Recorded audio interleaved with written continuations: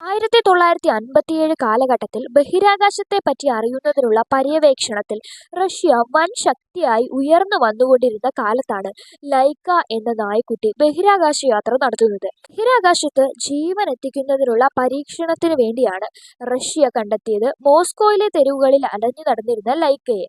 ഭൂമിയിലേക്ക് ഒരു തിരിച്ചുവരവില്ലാത്ത യാത്രയെ വലിയ ഒരു പരീക്ഷണത്തിന്റെ ഭാഗമായി ഒന്നുമറിയാതെ ലൈക്ക എന്ന നായ്ക്കുട്ടി പരീക്ഷണ വസ്തുവായി ഇരുന്നു കൊടുക്കുകയായിരുന്നു.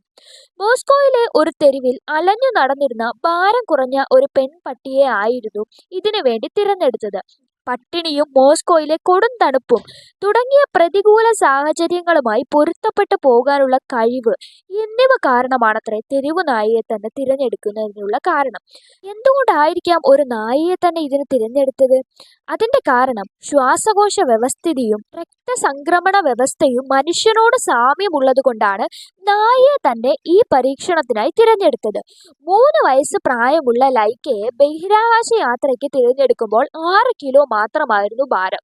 ആൺപട്ടികളെ അപേക്ഷിച്ച് പെൺപട്ടികൾക്ക് വിസർജനത്തിനായി കാലുകൾ പൊക്കേണ്ട എന്നതുകൊണ്ട് തന്നെ താരതമ്യേന ഇവർക്ക് സ്ഥലം കുറവ് മാത്രം മതി. ഇതെല്ലാം കൊണ്ടാണ് പരീക്ഷണത്തിനായി ഒരു പെൺനായയെ തന്നെ തിരഞ്ഞെടുത്തത്. തെരുവുകളിലെ പട്ടികൾ കൂടുതൽ റിസോഴ്സ്ഫുൾ ആണ്. അവയ്ക്ക് അധികം നിർബന്ധങ്ങളുമില്ല. ആ കാരണങ്ങളെല്ലാം ലൈക്കയെ ഉറപ്പിക്കാനുള്ള തീരുമാനത്തിലേക്ക് എത്തിക്കുകയായിരുന്നു.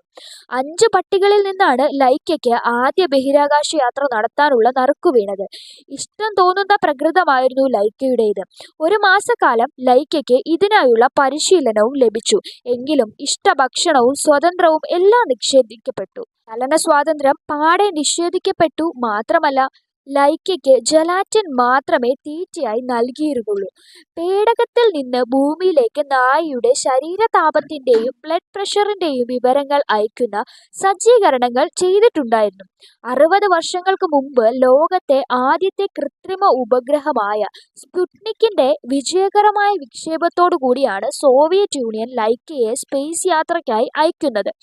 എന്നാൽ വിചാരിച്ചതുപോലെ കാര്യങ്ങൾ സംഭവിച്ചില്ല എന്നതാണ് സത്യം.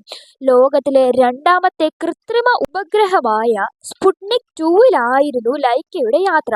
ഉപഗ്രഹം ഭ്രമണപഥത്തിൽ എത്തുന്നതുവരെ ലൈക്കയുടെ ശരീരത്തിൽ ഘടിപ്പിച്ചിരുന്ന ഇലക്ട്രോഡുകൾ അവയുടെ ഹൃദയമിടിപ്പും രക്തസമ്മർദ്ദവും ഭൂമിയിലേക്ക് അയച്ചുകൊണ്ടേയിരുന്നു.